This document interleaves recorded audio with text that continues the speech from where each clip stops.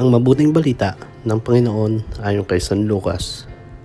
Si Maria ay nagmamadaling pumunta sa isang bayan sa kaburulan ng Judea. Pagdating sa bahay ni Zacarias, binati niya si Elizabeth. Nang marinig ni Elizabeth ang bati ni Maria, naggagalaw ang sanggol sa kanyang tiyan.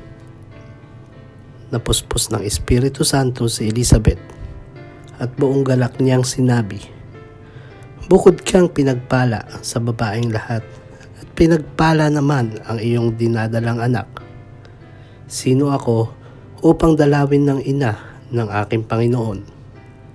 Sapagkat pagkarinig ko ng iyong bati ay nagagalaw sa tuwa ang sanggol sa aking tiyan.